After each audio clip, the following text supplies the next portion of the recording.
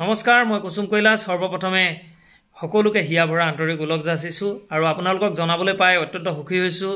অহা 11 ফেব্ৰুৱাৰী তাৰিখে মই উপস্থিত থাকিম 19 সংখ্যক জয়দাম ফেষ্টিভেল দেউৰীসকলে আয়োজন কৰা মহাদেৱপুৰ অৰ্থাৎ অৰুণাচল প্ৰদেশৰ মহাদেৱপুৰত আয়োজন কৰা এই ফেষ্টিভেলৰ সাংস্কৃতিক সন্ধিয়াত। সেয়ে সমূহ ৰাইজৰ সহায় সহযোগিতা আৰু উপস্থিতি একান্তই কামনা কৰিলোঁ। সিদিনাখন সকলোকে লগ পাম আৰু একেলগে গাম, একেলগে নাচিম। ধন্যবাদ।